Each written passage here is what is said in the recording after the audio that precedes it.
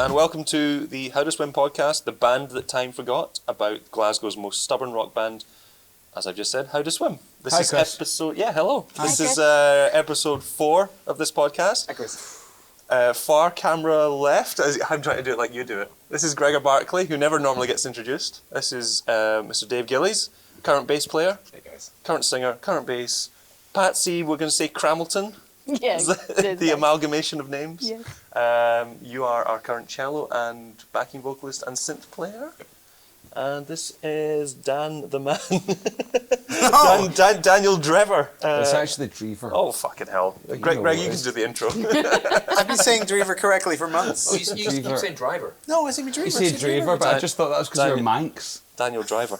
I thought that was your Manx accent. And it's Daniel Drever, who's our current and possibly future lead guitar player. You can do the intro to the next one. No, that's not good. He's got his rich chocolate But syrup who's voice. this? Who's this young man? I am P. Diddy. I'm the current... This Chris is Brown. Chris Well, Brown. I'm actually Chris Not Brown. that one. Not that one. Also, I'm the not other that one. I'm not that one. Yeah, I'm the current drummer and the best introducer of all podcasts in the band, obviously. Good job. Yeah, thank you. Well done. Yeah, thank you. Thank you. I And thought- we've got some. We do. We've got some big news. Yeah. Dave, you should take it away. So finally, after 10 years of working on it, Literally 10 years. literally 10 years of thinking about it and working on it and getting overdubs done, we are ready to release the first of the 6 albums that are coming out this year, and it's Greek Active. It's been so long, certain members of the band who are no longer with the band can no longer remember having recorded. I thought you were going to say some of them were dead now, but none of the band that played on it are dead. We're No. all still alive. They're not dead. We're At dead the to time of them, recording. But, At time of recording, yes. I don't know. If somebody's watching this in 2085, A lot can happen in 7 or 8 days if before you're this watching release. this in 2092, I'm sorry, they're all dead. The How to Swim podcast. Many friendships have been made, many rivalries have been made, many enemies have been made in Yeah, the making Dan. of Greek Active. That's yours. That's mine there? Okay, Yeah. mine there. Oh, I'm looking at the wrong one as well. I'm Daniel Drever, How to Swim's final lead guitarist. I just want to say that Greek Active's been an emotional time for everyone here in the band. Myself in particular, it's caused me a lot of mental and physical pain. A lot of friends have been made, a lot of enemies have been made. So it could be worth talking about Daniel's contribution to Greek Active, despite being a latter member and not Yeah. having been around for the 10 years. There's when not they many recorded. people that can join a band 10 years after a record's recorded and still play on that record. And still throw a fucking rockin' solo But this on. guy, but in Dress You Up Like Her, it's the second last track in the album. It's kind of an Some might 80s say the best track. That's what your opinion, Chris. It's definitely not my Chris opinion. I loves think, it. you know, I don't know where you got that from. I think it's the world's Near the opinion. end, it's got a absolute, like, Steve Vai kind of metal kind of thing. It's And fantastic. who else but Daniel Drever would be the person? Who else but Drever? Exactly. The last 80s guitarist He's left a in dream Scotland. dreamer. It's a real. It is the note I gave you was make it sound like the back end of Purple Rain, and it does. Thank you. Oh, is that what you were going Delivers. for? Dreamer delivers. What were you going for with the name Greek Drever Active? delivered. Because I feel like you came up with the name Greek Active. Well, it's 20 Greek years active ago. is Sexual thing, is an ancient term. I don't even know when. Like from Victorian times, it was a way of describing whether you were a gay guy who was a given top or bottom. or a gay guy who was receiving. So Yeah, Greek yeah. Greek active meant you were a top, Okay. and Greek passive meant you were a bottom. It's not a yogurt thing. It's not a yogurt. You do get Greek Active You yogurt. get a Greek active yogurt, yeah. Muller with the Greek Active. But I like, you know, there's I a like the thief- buggery. The buggery is good. the burgers. The You know, buggery's great. there's a thief's language. Are you aware of this? Nah, There's a language of thievery that's kind of Chaucerian. Is it not called Thieves' Cant? Or is that Yeah, like thieves a- can't. Yeah. Yeah. And it's but it's a Thieves can't. specific language that thieves Fucking would can't. use so they could talk to one another and not be understood by Yeah. the rest of the world. In the same way there's a gay version of that where there's homosexual language that you could use to talk to people in normal conversation, and people are like, oh, he was just talking about yogurt. he Cottaging. wasn't talking about his sexual But actually, he sexual was life. talking about- Greek Active, which is the first of the 6 albums we're going to release this year, is now It's done. done. It's finished. It's mastered. It's mixed. It is In the can. going to be released. It's in the can. next Well 4 days. done. It is going to be released Well on the done. 21st of February. And the other thing that we can announce, which we have not announced prior, is that the follow-up to that album is out 8 weeks from now. Amazingly, yeah. We've committed to these deadlines The and second dates album, before. No. The second album is out on the 25th of April. That's right. Poundstore Diabolism. It's 4 days before our next gig, which, well, is it next gig? Our next gig is the 20th. Well, but we might get another one in between. Yeah. But The next currently, definite gig. at the time of writing, the next gig is the 29th of April at Nice and Sleazy's. I think it's the first time you played Sleazy's in like 15 years. I think 2011 or Yeah. 2012 might have been Yeah. the last time we Yeah. played there. So yeah, a long time. But again, a venue that we love really it. enjoyed playing back in the day. All kind of things can happen nice and sleazy. I mean, Yeah. And the one thing that never happens in Nice and Sleazy is they never replace the toilet seats in the men's. No, there's no need. There's no need because For some reason, we're just happy to sit on that there's some terrible toilets. filthy stainless steel. There's some Stainless, come on. There's some terrible toilets on Sauchiehall Street. Varieties toilets as well. Haven't Yeah. changed in 20 years, and they are Thanks for joining us. We are the Sauchiehall Street toilet Podcast. reviewers. Yeah. We'll tell you the best place to go for your toilet experience in Glasgow. I think the main point to say is that Greek Active is out in the next week, and Dave, if you go to the You're link below, I mentioned toilets and he immediately thought of Greek Active. Stop it. if you go to the link below, you can pre-order the album. You can already hear 3 tracks of it. It's a 12-track album. You can already hear 1/4 of that available, and then if you buy it now, you will get the full download in a couple of days when it's finished. also featuring Patsy, who we forgot to credit on the. Well, Yeah, The first cut. my whole feature is me going doo doo doo doo, and that's it. it's a but really it's the good best do-do-do-do. you're going to hear We're this really year. happy with that do-do-do. And I played, worked hard at the So I'm not saying this as a point of grievance. I played nothing on this record, nothing at all. And I can say that it's the best How to Swim It is a record. point of grievance, though. You No, realize- it's not. I just You like really be wanted to considered. play Triangle. you're like I said, look, at least you got. I said a couple of years ago. I said this because it's taken. I mean, it's taken a decade from the recording to get this record out for a number of reasons. And then how many times over that decade do you think I've said, make sure I play something on it because I've played It's on true. every other It's true. record You that's did- come out. You did say it a lot. Hey. I hear nothing. So, but I Hey. can say, but it means I can say now, without any fear of bias or too much bias. Oh no, you are not biased. Because if anything, you would be. I'm just saying that- derogatory towards this. You Yeah, would, because you I didn't would play be, anything. Oh, I don't like think that it's one the because I'm best not How on to it. Swim, certainly the best How to Swim album, but you're like the rhythm guitarist that got a credit on Bleach by Nirvana, but he didn't actually record on Bleach. But You're he the was. Pat Smear He of, was. of It our wasn't group. Pat Smear. It was a guy called Jason something.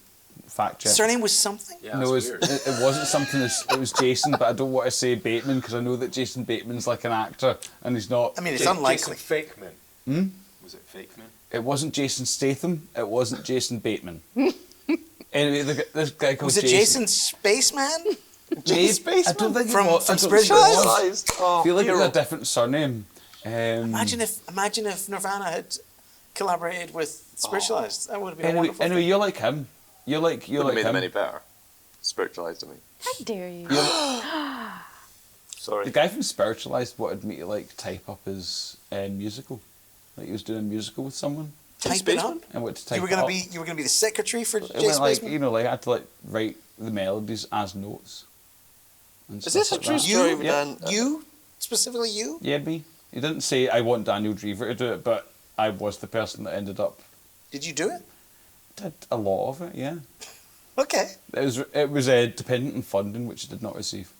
So you did it for free. No, You didn't get any money. No, for I it. charged them. I can't imagine Dan would do that. I wouldn't do it. No, I wouldn't do that. No, I charged them. I don't think he got paid, but I he charged, charged them. them. But it was a loss. No, I was paid. There was an invoice. I was paid.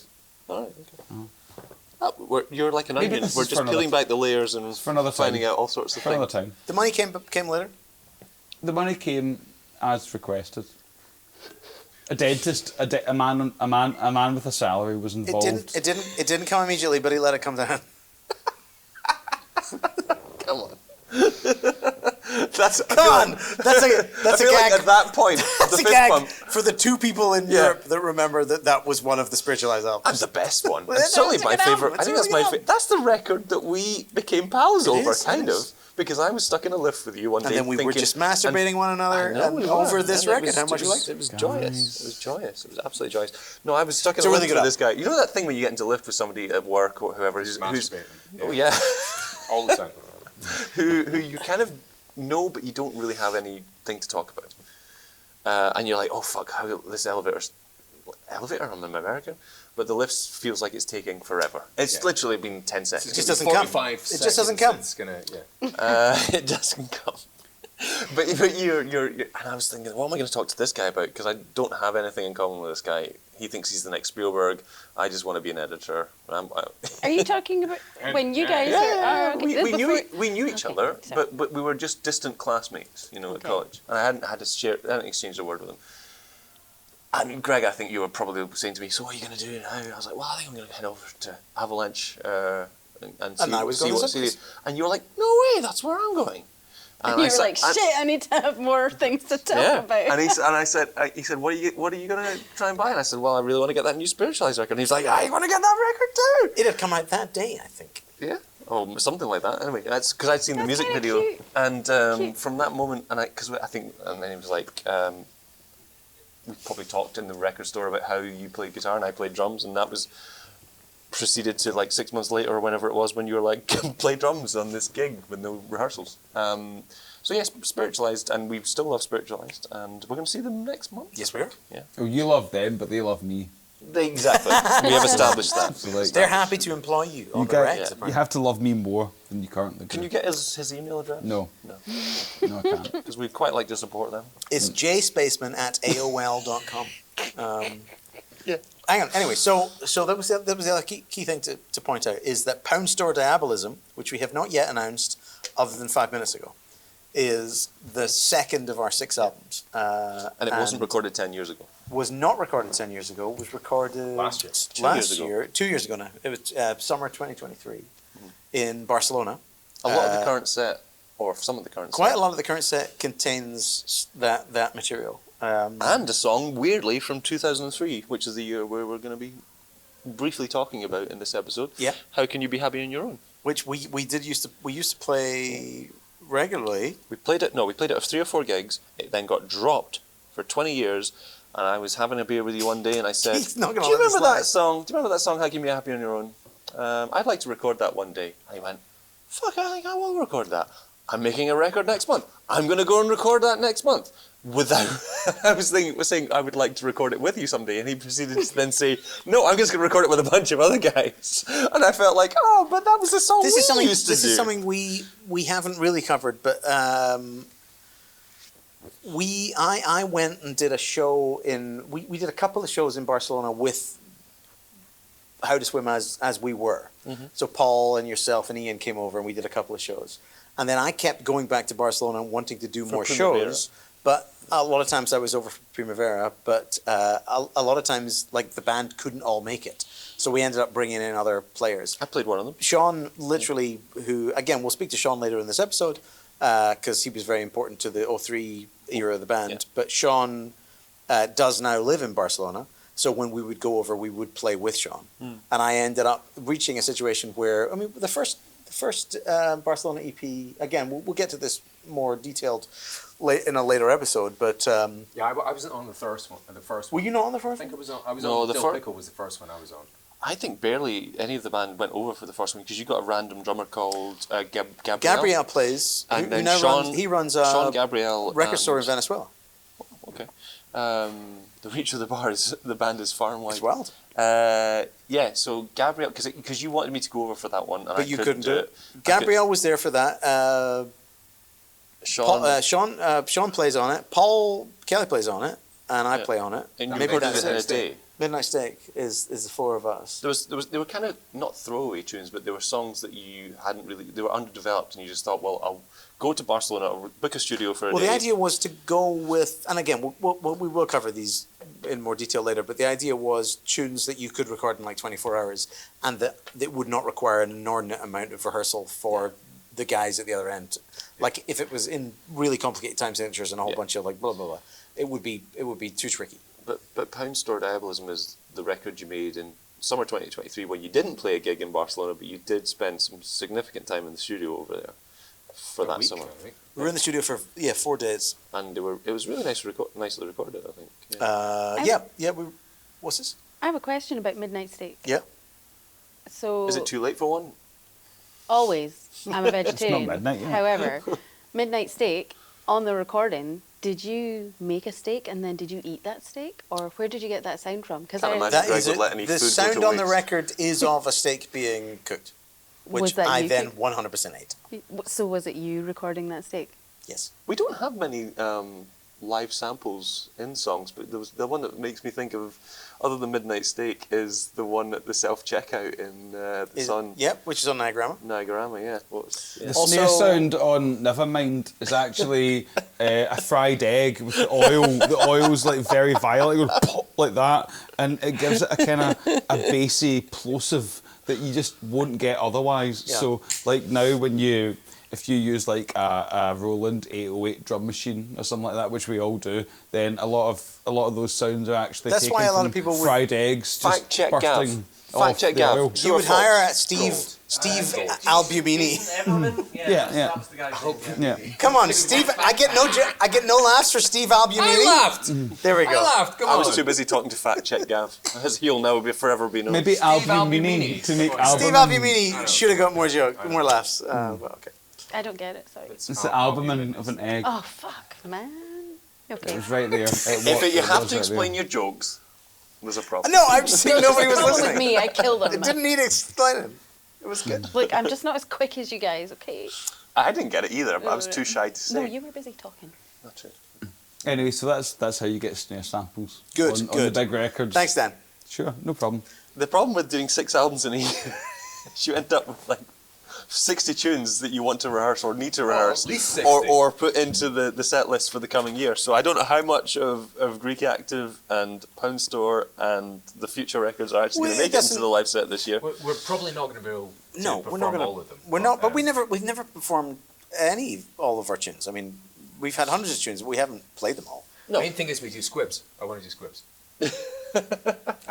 That's a track for you guys. I don't think Scrap. that's. Forthcoming off of Poundstore Diabolism. I don't think that's one of the stronger ones, but I personally- disagree. I think Well, it's a okay, really we good can have this tune. debate on It's a camera fucking if you want to banger. go there. It's a So you fucking put banger. you put like a cap from Cap Guns inside a tomato sauce sachet. No. The idea And then is you- to get actual professional squibs for a music video. The How to Swim podcast. Remember we actually played Happy Birthday on stage?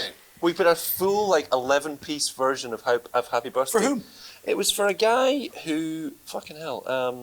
One of like it wasn't a sound guy. He's a promoter for the venue, and there was somebody mentioned that it was his. He'd been very nice to us that night, and I think there was an idea that somebody came up to us who worked for the venue. I think it was Oran Moore, and said, "Oh, we'd like a band to play Happy Birthday for him as a surprise." Or Who? something. The engineer? I can't remember. It was Promoter? like Stephen or somebody. A random guy. And we did obviously completely Hang on. unrehearsed. Hang on. Completely unrehearsed. So the story you bring on the I've got podcast this is, on remember that time we played Happy Birthday for Stephen? a guy. No one knows who Stephen is. Doesn't matter. A guy. A guy. He's a some guy. I'm just trying to say that in all the songs that we performed on Was it stage arranged over the years, all the for covers that we 11? did, you wouldn't think that Happy Birthday was one of them. No, I would wouldn't you? have thought. I wouldn't But have we did with trombones and strings and everything. I think It where a was lot of bit people a go car wrong crash. is that it goes la la la, but it's that do. That's the key that you're in. It's not do do, because if you start basing it around do That's why do, people sing it out of tune. it's like 5-5-1, No, and like that's the six. one. 5, 5, 6, 5, 8, 9. But it's the 6 is the hum. Hang on, it's 5, the, 5, 6? It's the third over chord 1 Okay, though. so you're going up, yeah. It's still going to be over chord 1. That's the key. Yeah, but there's not a 9. Yes, but it's still chord 1 though. It's not chord. I'm a it's not drummer, chord this doesn't 6. make any sense to me. 4, 5, 5, 6, 5, 8. But it's not in the minor key though. It's not an Aeolian minor. Do you know how modal we sort this piece. out? We killed him. We killed him. I think that's how we said Fight this. right down in the Killed him. centre. Get like a But I think full so boring. I think that'll oil. be at least a There's minute. no interest in You're anyone. so mean. Stop that. Let them express. We're talking about 2003 specifically, and the key thing to remember about 2003 was that was the first year that you and me and Sean and Martin were the makeup of the band. Jim A mainstay foursome was in the year before, Yeah. wasn't really in 2003. 2003 was the four of us. Yeah. Why don't we go and speak to those other two guys who now randomly, coincidentally live in Barcelona? Can we do that? Can we do it? We are now doing a wee Zoom call with Martin Docherty and Sean Callaghan, who both live in Barcelona now.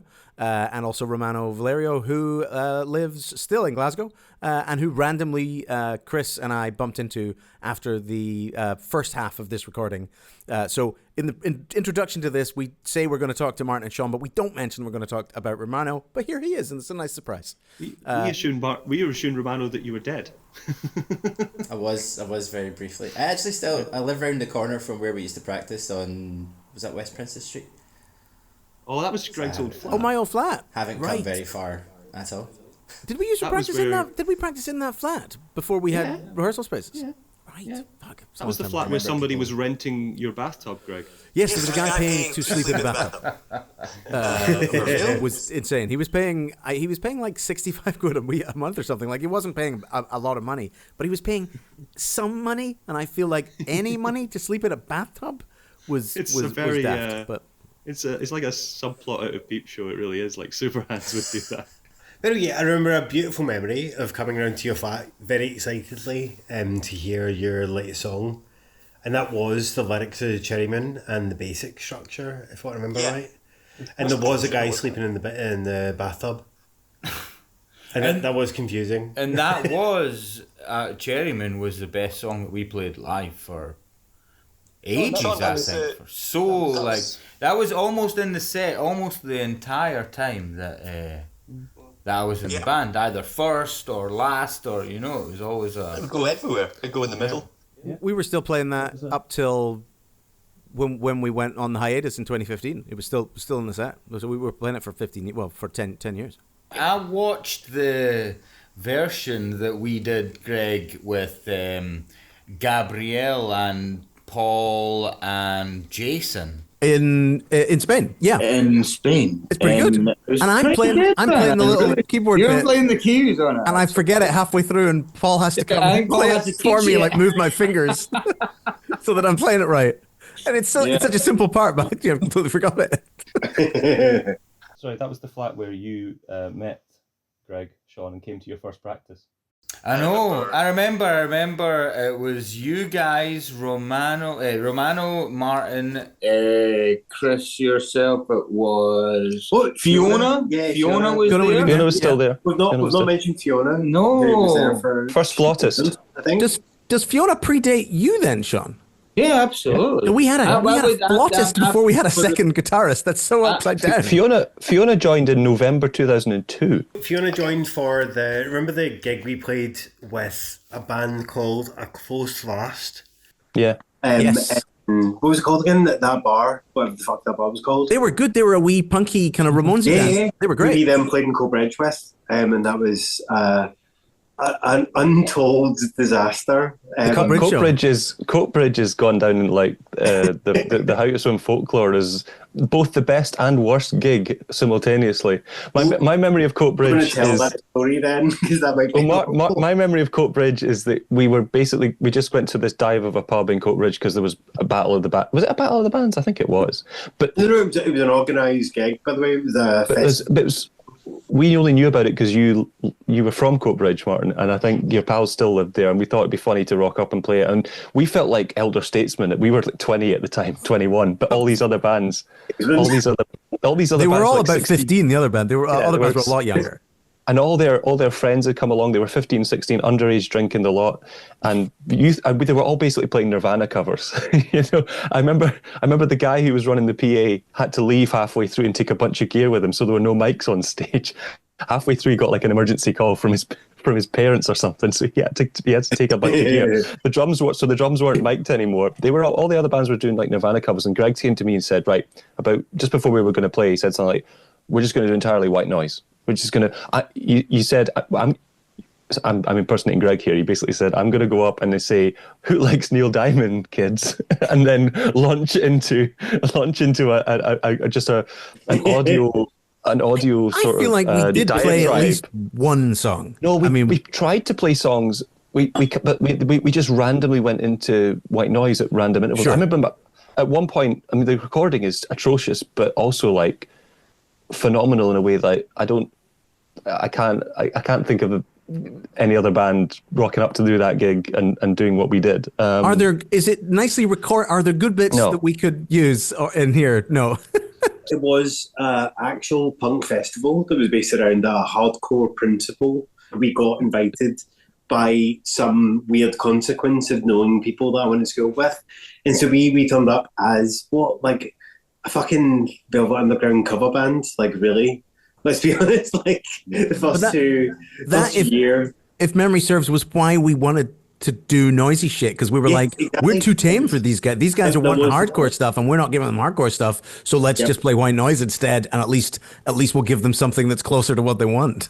Do you know what I mean? Like, and it made total complete sense. I remember the thing that spurred it on further was that we had friends at the bar who were female and they couldn't get served. Who was in a working man's club, and so they were not allowed to have drinks. And it made when was this? 1975? No. This was like 2003. That's bananas. We got annoyed. What was it called, Chris? La Ronde, was it called La Ronde? It's like a French name or something. Makes sense, I think. I don't remember. But I got my first ever phone number from a girl at that gig, before she'd seen us play, obviously. She rescinded the invitation afterwards. I'm sorry. I wasn't. No, but I was friend zoned. You know. I like the reading that it was fueled by rage on our part, pure anger. My memory was that. Do you know what I mean? It was kind of like we were pissed off at the whole scenario, and so we just like, kind of try and fuck it up a little bit. Because the other thing I remember is nobody liked it. It wasn't the other thing. No. They didn't dig it. Somebody did. The person who was running the night did, and I tell you why I know that, because he came up to us 20 minutes into what was meant to be a 30 He gave you his phone number. No, 20 minutes into the 30-minute set, he came up and said, "Guys, I love what you're doing. You're going to have to stop. The kids are leaving." Fiona wasn't there for that. I don't remember us having a flautist do it on top. No, I think you wanted a flautist because you were really into the polyphonic spree at the time. No, that's not what it was. I saw an advert for somebody, a flautist wanting to play with bands. I was like, fuck it, we'll get a flautist. Why not? You know, and because that would have been before Polyphonic Spree. That Polyphonic Spree record came out like the following year. Yeah, 03. Yeah, to be fair, it was. And then that next year I was like, okay, I can write to this. There was some really good shit. What was that song? It's a terrible thing to do, but there was a flute part that went. That's City Boy. That was an old one.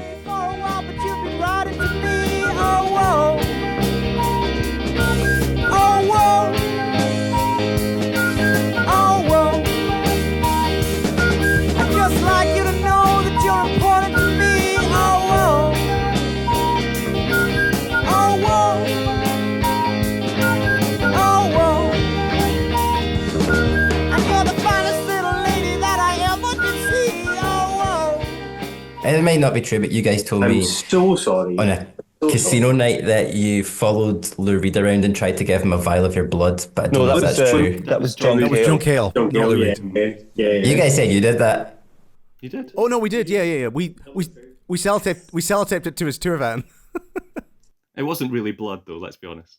I'm very gullible, so I believe we pussied out of the physical harm element. The idea was we were going to make a vial of our blood. I don't think. Did you just decide to menstruate it instead? We told that story on the. We told that story on the radio on that Jim Gallately interview that we got. What's your memory of that, Martin? So I remember, and we both were desperate to make sure something was going to happen with the band, and so we knew John Cale was coming, and you bought tickets. And but one ticket for yourself, and I couldn't afford one for my own. And then we did you just wait in the lane or something? Yeah, no, literally, yeah. So it's what happened was that it was the dumbest fucking thing ever. So we went to your apartment at that point, and we met up, and we were like, right, cool. So what we're gonna do is we're gonna do like this kind of like Velvet Underground kind of like level thing. We're gonna cut ourselves. We're gonna make blood go into the fucking vial. We're gonna like make sure that he knows how committed we are. And then both of us tried with like a shitty fucking IKEA knife. That wasn't the angle, because that makes it sound like a really edgelord thing. Yeah. The idea was we were going to give him a sample of our blood for him to use for voodoo. Yeah. Is he into voodoo? That was what was on the document, saying here is some of our blood you can use to for whatever purpose you please. Okay, in my head I thought it was like for some kind of commitment thing.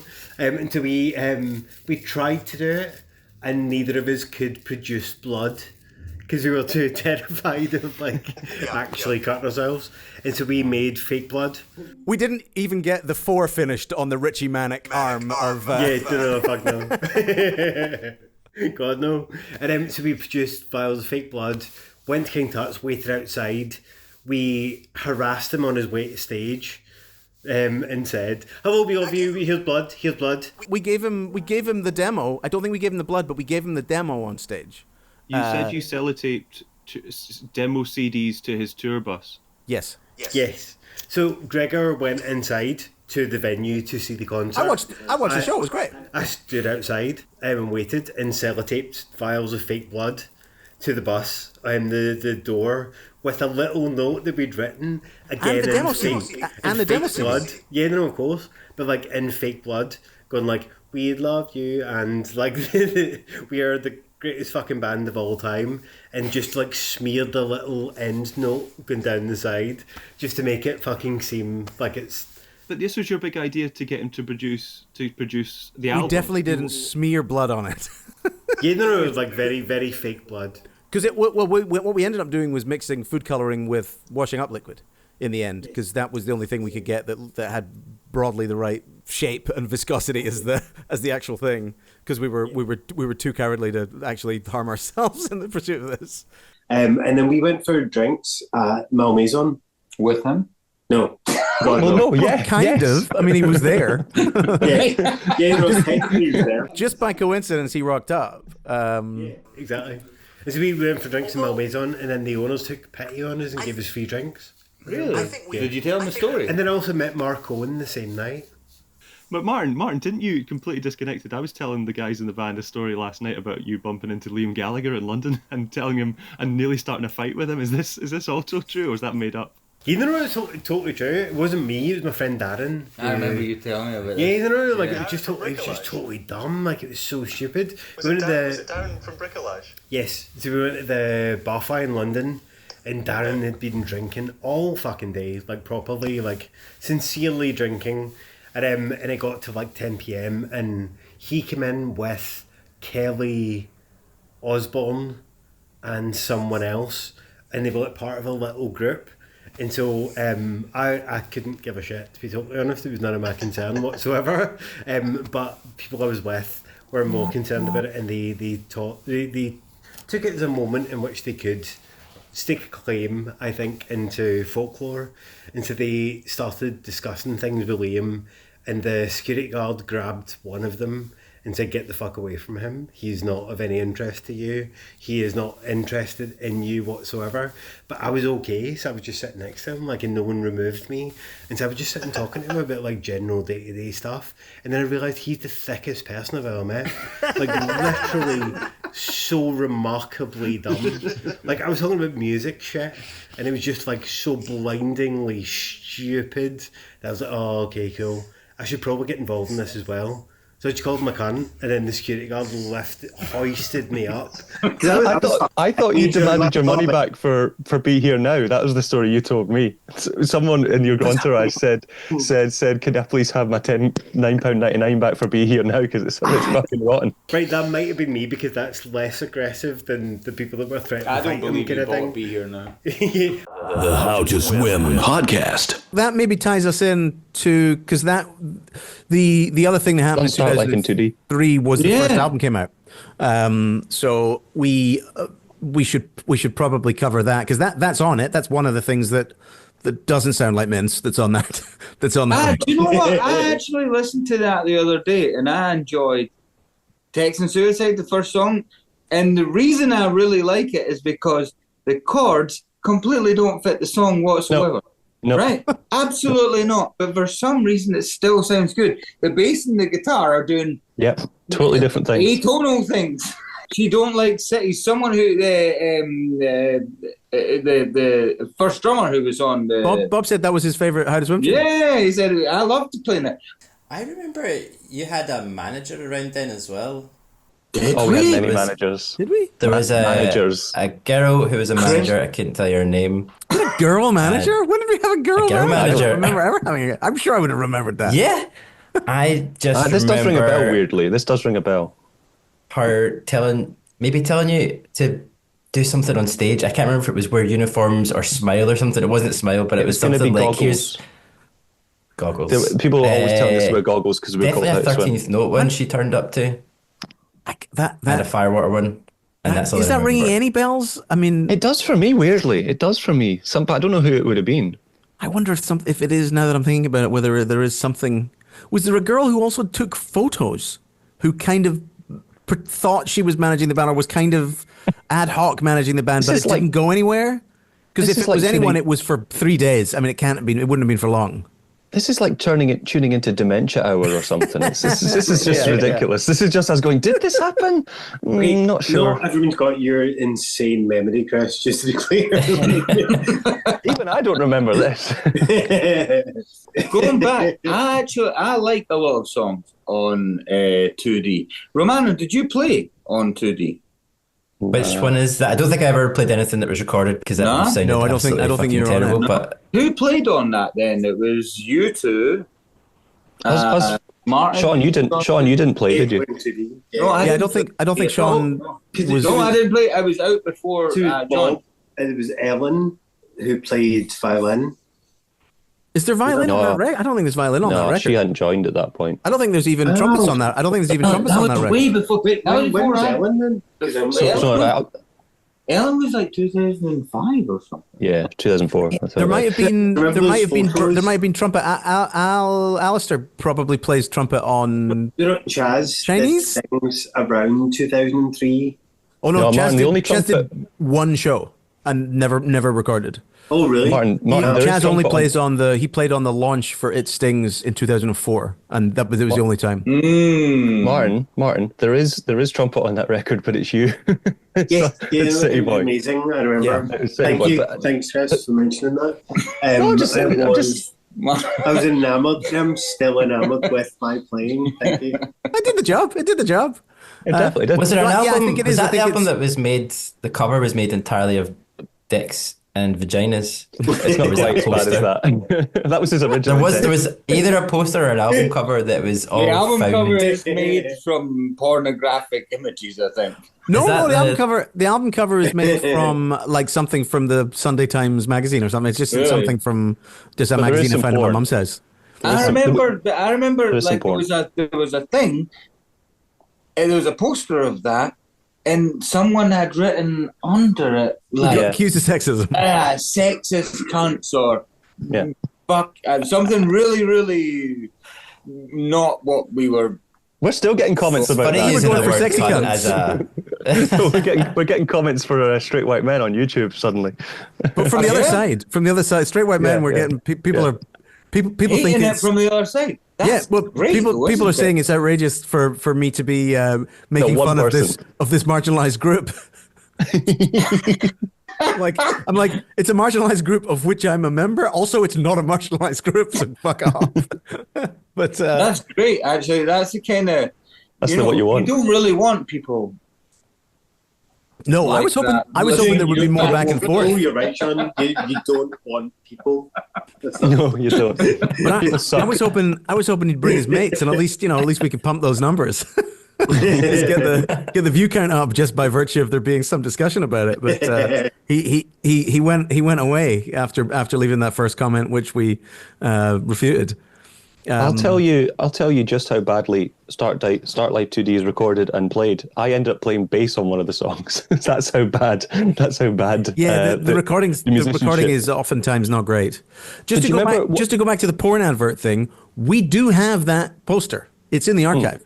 That poster still exists. So we will put it up right now. We will present it here, and the people at home watching on YouTube can determine whether or not it's sexist. I maintain it isn't. It also doesn't contain any visible pornography. Excuse me, sorry. It's offensive. It is made from pornography, which is itself a relic of a distant age now. The idea that you would have a magazine that physically exists. But it doesn't. I feel like it was quite artistically done. I was quite proud of it. I mean, it's tasty. Do you remember in recording 2D that one of the Bay City Rollers helped us write a bass line? Yes. Woody from the Bay City Rollers. Woody was teaching a course there. He was like the lecturer. Right. And we ended up, was it through your dad, Martin? I can't remember. I mean, to some extent, there was also the SAE thing, which would have been around the same time. Yeah, we recorded some of them at SAE, some of that record. In like half a day. We did 3 songs in half a day at SAE. With, I want to say, an Israeli lady who was the engineer. I remember you did a take. You did one take of She Don't Like Cities because we had to be kicked out by 6 p.m. and it was 10 to 6. And we still had to lay down a vocal for She Don't Like Cities. And it was like the most like rushed recording session in the world. We did 3 tracks that we barely knew as a band. I think we left with mixed tracks as well. I don't think they even mixed. I think we just had them. I wish I was 16. So I was so appalling because on the output, they messed something up with the output, and one of the it's clicking all over the place. Yeah, crackly. But I remember the engineer said, "Look, we've only got 10 minutes. He can't possibly get what he wants in one take." And you were like, "Oh, well, the fuck, I can't." And you went in, and that's where you did the version of She Don't Like Cities, where you're going, "She Don't Like Cities." You just randomly, angrily start screaming towards the end of the song. I remember she said to me, she went, "Oh, that's your take, is it?" And he went, "Yeah, that's the fucking take. Now we're going." It's quite a good vocal performance. We remember that and back it up because they were surprised that you could sing. Yeah. Like they were really surprised how well you could sing. Yeah, I think they were. Yeah. And do it without fuck ups in one take or something. I don't know why that was such a big deal, but it seemed to impress them. I mean, we'd been playing that song live. Had we been playing that song live? Yeah, a couple of times. I think if you're used to college bands, because I went to music college after How to Swim, and if you're used to recording those people, you're probably going to be surprised that anyone has any talent anywhere in the world. You're probably just like want to die if that's your. To go back to the goggles thing from before, one of the guys. You keep bringing this up. I know, because I want to get this other story. One of the guys. It was a couple of years later when we were the Electric Honey Band, and one of the guys who ran the course. He was like it wasn't Ken or Douglas. It was another guy with long hair, who was very adamant that our whole thing should be that one of us on stage, only one of us, wore a 1930s like one-piece bathing costume. That would be. I mean, why not? That's why it would be such as their gimmick. It would be like how the Alex Harvey band has like some guy dressed as a mouse or whatever the fuck it is that they have, and we would just have one guy who always looks like he's in a silent comedy. It's like that's why Romano. That's why Romano left, because he was going to be the guy we volunteered to put in that suit. If I'd known that, I'd have definitely stayed. Yeah, Romano, why did you leave the band in a fit? Like, what happened? Did I leave in a fit? Why did you possibly leave the band? I remember one day me and you quit because we were drunk and we thought it'd be funny. So you went into a phone box which still existed and then called up Greg, and Greg was just like, shut the fuck up, you'll be back. Martin was fired from the. No, wait. I think Martin quit 2 or 3 times and was fired at least once. Martin was fired twice. Once on air. Once. In a radio interview. The first time you were fired was still angry about that, by the way. The first I would be as well. This is the podcast that heals all wounds. The first time Martin got fired, Greg drafted an email and like lost his internet connection, so it couldn't send. And in the meantime, Martin phoned Greg and apologised for like falling out with him in a bar. And that was the first time that Martin was nearly fired. And that was in 03. Thanks to terrible technology. Yeah, thanks to dial-up internet. Again, it's the Simpsons line about alcohol being the cause of and solution to all of life's problems. 99% of the fallings out we would have had at any point over the history of the band was probably because we were all fucked. Chris, on 2D, what's your favourite track? That's a very good question. So live, I had favorite tracks. Like I loved Mona, but on the record, it's appalling. Like it's like a first take, unfinished mix that doesn't sound right at all. But I love Mona. But I hate. I loved Laura Named Her Children. But again, on the record, it's horrible because it's a drum machine and it's recorded in like again 2 hours at somebody's flat that we met once. It's a guy. It's a guy who's now. I see him. Lachlan. He didn't like us. I think he plays with. No, he played in. Yeah, I saw him at Primavera. He now plays with Arab Strap. Oh yeah, you did say. I remember you said, yeah. He was really nice and gave up his time to record that one tune, but we didn't have a drum kit in his house, so we had to lay down a kind of phony sound. And I mean, not you could do a drum machine now; it would sound all right. Yeah, it's kind of a baggy shit beat, sounding right? I think my favourite one in terms of like songwriting is probably Greatest Handstander because again, but that was a single. I kid you not, I recorded. This is why the drums sound terrible on Greatest Handstander, at least to my ears. The drums sound terrible because I think they sound terrible. I think no, they played terribly because basically. This is how we used to record it How to Swim. Greg, I turned up to Stoke you College. hadn't heard the song before. I hadn't heard the song. So when you listen to Greatest Handstander and you hear the drums, I'm literally hearing the song for the first time as I'm recording the drums. Because he basically said... This will prepare you for later this year, Chris. Just go and sit in the booth. I'm going to play a song. Just come up with something. We'll record it. We'll see if it works. And I basically said, can I have a second take? And you were like, no, we got it. I think it's a decent enough drum performance. Oh, it's very simple and erratic. But I would argue that might be the only song in the pop tradition that contains the word vaginal. Maybe not many tunes. Well, that's why we were called sexist. What does rhyme with vaginal? I think it's tangible. You rhyme something with it. His skill is intangible. He knows everything vaginal. Is the couplet. Skill is intangible. He knows everything vaginal. Hey, I'm the greatest handstander. I can dance. It's a good piece of songwriting. That's fine. Hey, I'll be proud of that now. That was good for 22 years. What's your favourite, Sean? Well, I didn't play on that record. I like. So he doesn't like any of them. I like but listening to it, I like Death and Suicide because it's mental. Because the bass and the guitar during the chorus do completely different songs.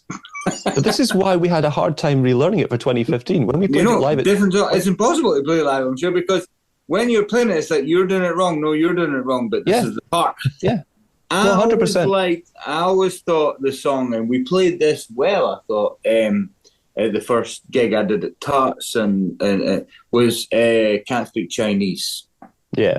But again, not a great version. That was a song that I really enjoyed playing. I thought we played that really well live, actually. That got really good as well once we got brass in. The first gig that we did together, the only gig we did together at Nice and Sleazy, right? Yeah, I think that was a really big song. No, you did two gigs together. You Sean and a band. Gigs together. Yeah. One at Child, one at... first gig, all of my friends told me to leave the band immediately. Sean, that's the same story. Everybody joined the band and all their pals said, "Get the fuck out of here." Sean, everyone at college said you're a really great drummer, but I don't know what you're doing in that band. I did actually took more as an insult, even though they were trying to be nice, because I really liked the band. I really liked the band. Yeah, I really liked the band. There came a point, I think there was probably a couple of, maybe after the King Tut's gigs, a couple of rehearsals where we were starting to play songs and it started to come together a little bit or something. I don't know whether we were doing things like Pak Choi or something like that, or we might be doing things like which songs were we doing? We might be doing things like Situation Comedy would have been in the set at that point, which was again, that was the reason for getting the other guitar in, was because I wanted to perform and not have to play the riffs. So you would be taking over the guitar duties and I would just be kind of jumping about. So contagious, way past the bedtime, broken nose and me, on territory, a deep dark at nighttime, it's the instant, a deep dark at nighttime, a deep dark at nighttime, a deep dark at nighttime, it's the deep dark at nighttime, it's the instant, a deep dark at nighttime, it's the instant, a deep dark at nighttime, it's the instant, a deep dark at nighttime, it's the instant, a deep dark at nighttime. It's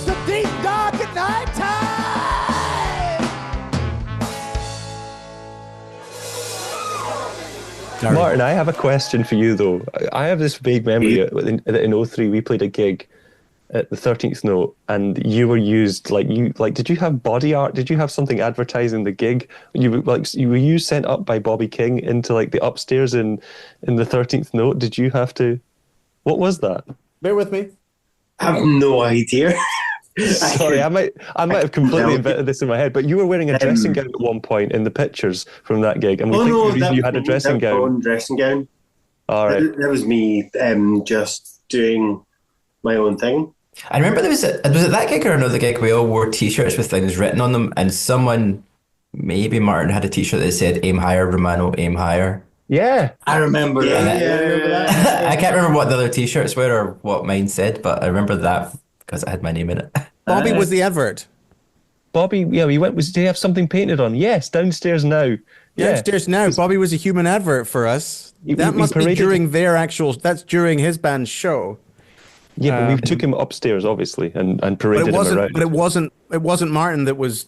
No, that's right. It was Bob that we decorated. How's he doing now?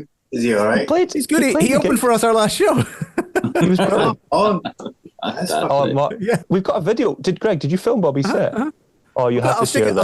I'll stick a bit of that. A bit of that up there. He did. He was always God Made Me a Raven, which is one of my all-time favorite songs, and I was just sitting there with a big smile on my face. It's a fucking tune.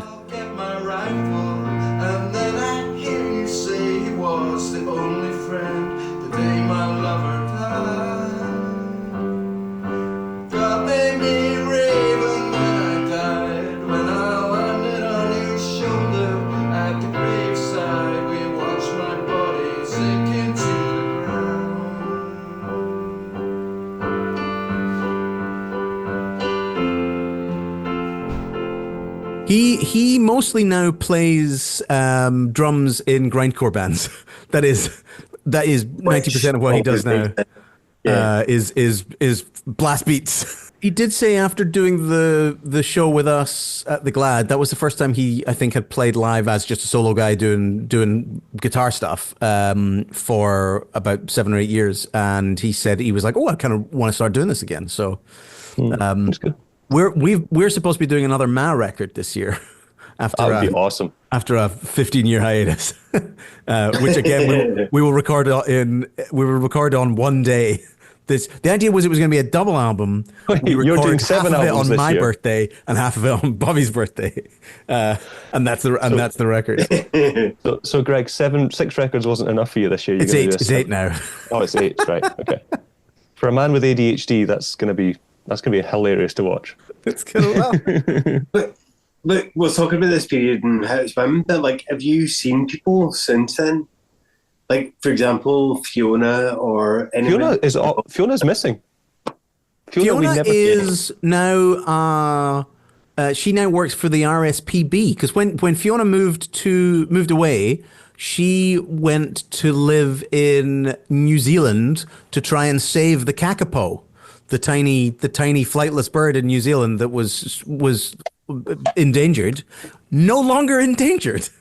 She couldn't save how to swim. She did it. But she could. She did it. She saved the kakapo. She couldn't save how to swim, but she could save. But she could save the kakapo. If you're out there, save how to swim. Come on. If you can do it for the kakapo.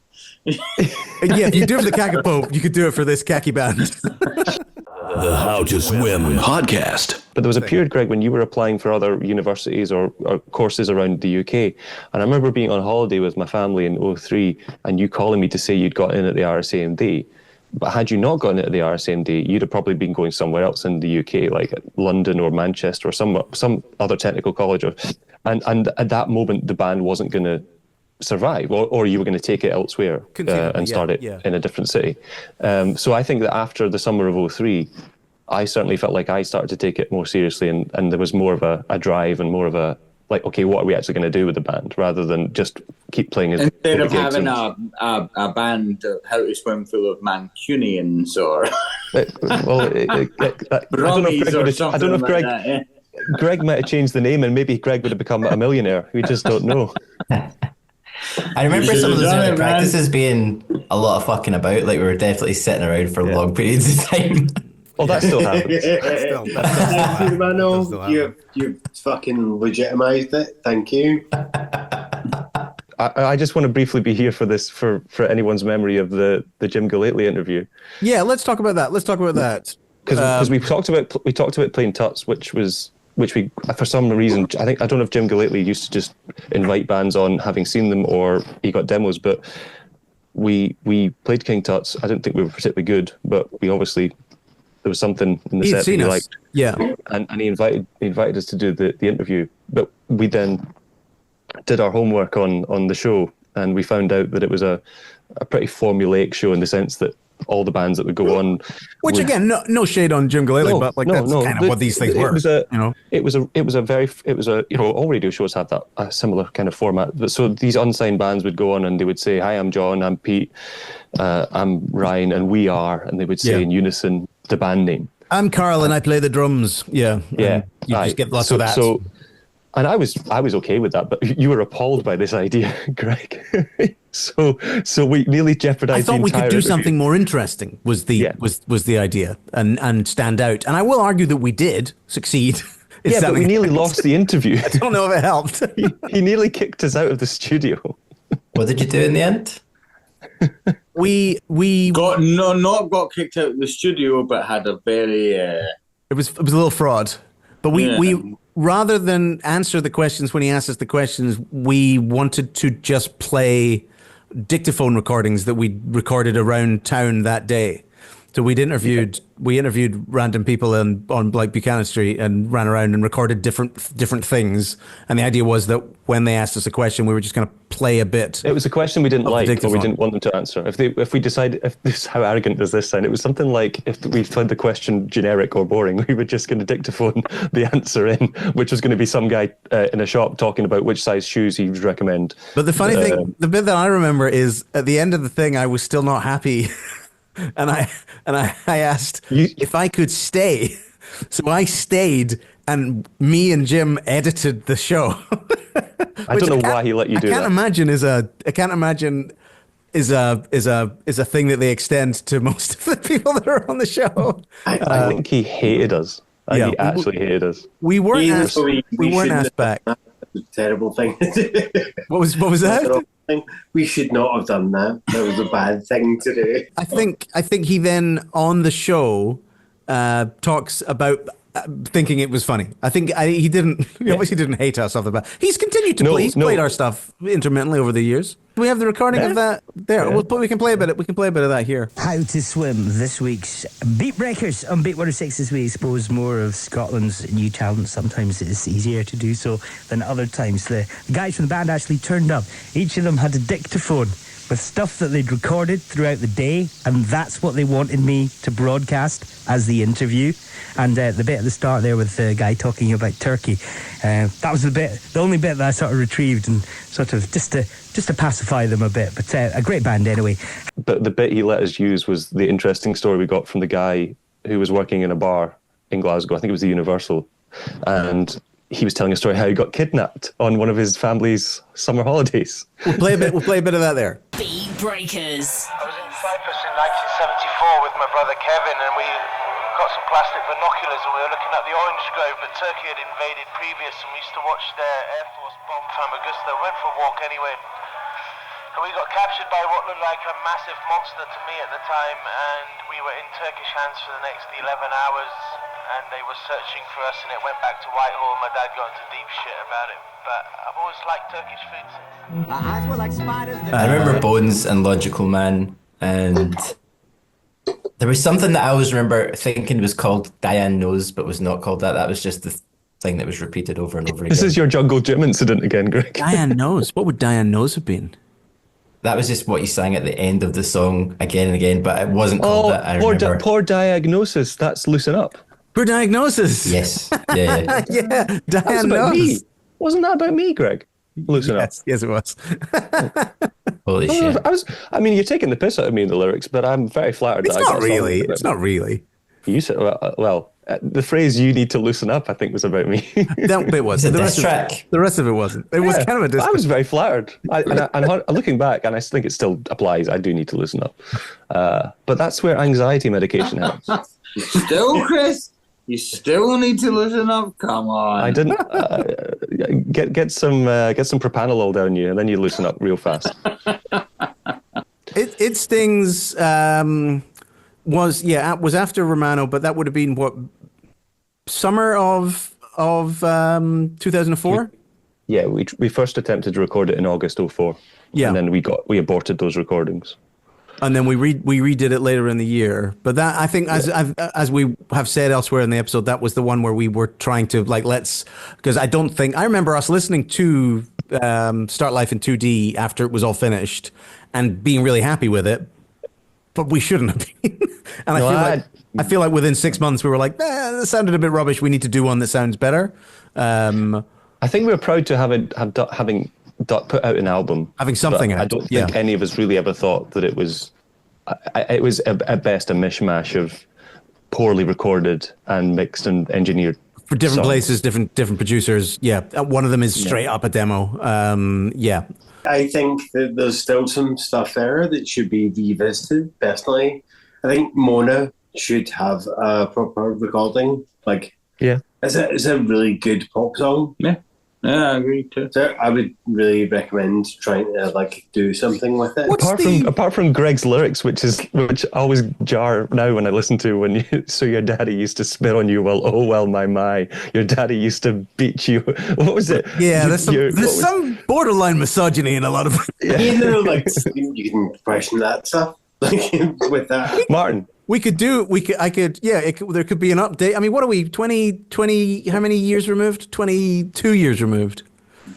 We did a 25th anniversary re-record where we pick 4 tunes and redo them. Greg, you could edit the footage from Mona at 15 and put it online, I'm sure. I'll do that this week then. Let's here's a bit of Mona from 2015. Thanks, Chris, for giving me all that extra work. No, I didn't say it this week.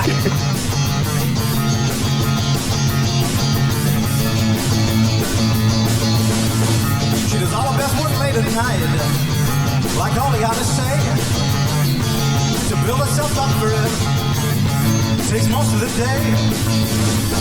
She'll tell us all about it in her peculiar way. She wants you to want her peculiar way. Mona, I'm not myself today. Mona, I don't like sentiment. Rock says I'm just not a sentimental guy. Mona, I don't like charity. Mona, I don't give easily. Rock says I'm just not a sentimental guy. Their work is not specific on a particular theme. It's not as good as them on those, but it's a walks mine. They'll tell us all about it in their peculiar way. They want you to want their peculiar way. Mona, I'm not myself today. Mona, I think of that period of it as well as being both incredibly charming and difficult at the same time. And so I think of Viking song as being something that is definitely of that period, and then I'm not comfortable with it as being a good song.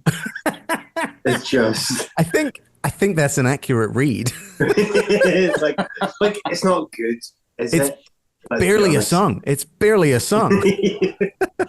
There was one that was instrumental, but you sang, or you read lyrics from random books out over it, and I couldn't remember if it had a name. Oh, High School, it was just, High Society at Castle Greystone. That sounds about right. That could also have been June was kind of the same. June was similar, and you also hilariously looking at the gigs and the set lists, there was something called book reading. That might be where we would all read a different book at the same time. I mean, that's ridiculously pretentious. It was. Definitely. I remember my friends come along to a gig and be like, "What the fuck is this?" That's still probably a good reaction, I would say. Most of one of the things that I loved about that time is Chris and I grew up together, and we were playing music, right? And we wanted to be good at guitars, and we would be good at drums and stuff like that. Well, you were more of a drummer than me. I started playing drums before you, yeah. And you joined this band, and Chris is like, I'm in this band, and blah, blah, blah. And I joined the band as well. And it was better to be not a good guitar player. It was better to be not. To be collectively involved in a thing that might have been wrong is better.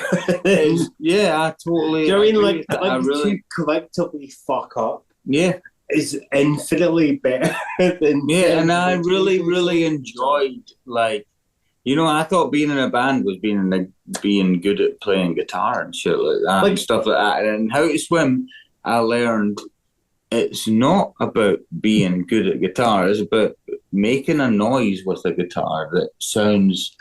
Yeah, this would work so much better had I been successful. You know, fuck being successful, though. Like, you know what I mean, though? You know, and it took me a little while after the first few gigs to kind of realise that it's, you know, that.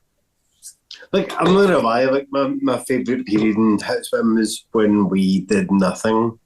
Any value whatsoever. Like, I love. Can you narrow that period? Can you narrow that period honestly, down for me, Mark? It could be many years. 2002, 2006. Yeah, I'm guessing. 4 year period. It's fucking 40s. Like, where you're in bars, being in a band, not getting girls. Anything. Right. Do you know what I mean? Like, it was so fucking peaceful. Like, it was so simplistically clear. What spoilt it, Martin? It was getting people to places to make things happen. Yeah. Was the fucking hard thing, man. Like, that is good. Like, and I don't excuse what we did for that, because, like, that makes it sound like you killed a guy. He's apologising to the band. Okay, we're shite at organising people. Like, collectively, we're terrible. Well, this is interesting. That's something that changes as you get older. Like we would have 11 people in the band, and we would have a rehearsal booked for noon, and 4 people would turn up, and then like the other 6 would either not be there or they would turn up like 2 hours late.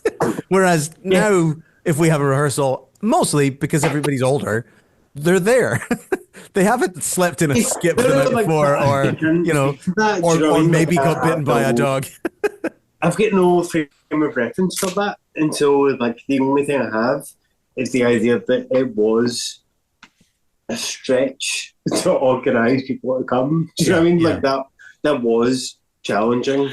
I think you're right. There's definitely something freeing about the early bits where we didn't have a fucking clue what we were doing. Once we realized, oh, maybe this is a business that maybe we can, you know, get the record deal, and we're pushing towards that. It's maybe less good. When It Stings, when we started to rehearse those songs, and there was feeling guilty, and there was there's a building there which actually I agree with you, Chris. It doesn't sound good. It should be recorded, but why would we ever record it? But you know, it's a good song there.